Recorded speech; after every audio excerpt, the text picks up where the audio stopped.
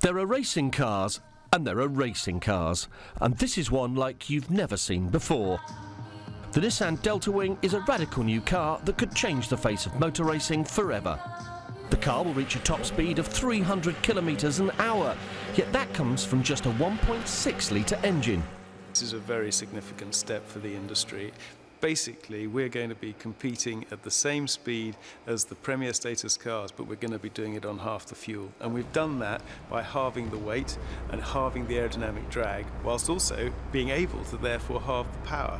And this gives us this efficiency step. And basically, we're able to use a 1.6 litre DIGT turbo engine from Nissan, and this is really an extraordinary step, and I think that it'll shake the world, actually. The radical car design means that the driver sits almost over the rear axle and stares down the long, narrow fuselage to specially created twin front tyres that are just 4 inches wide. The organisers of the legendary Le Mans 24 Hours have invited the team to take part in this year's race. Le Mans is the greatest challenge in motorsport. It's an endurance event over 24 hours. The point of what we're trying to show here is that we can do this race and use half the fuel and half the tyres of anybody else. And what we're going to show, I believe, is the value of efficiency and showcase what the auto industry is planning to bring to the consumer in the future. Nissan has always been innovative. We were the first ones to bring an electric-powered vehicle to the masses.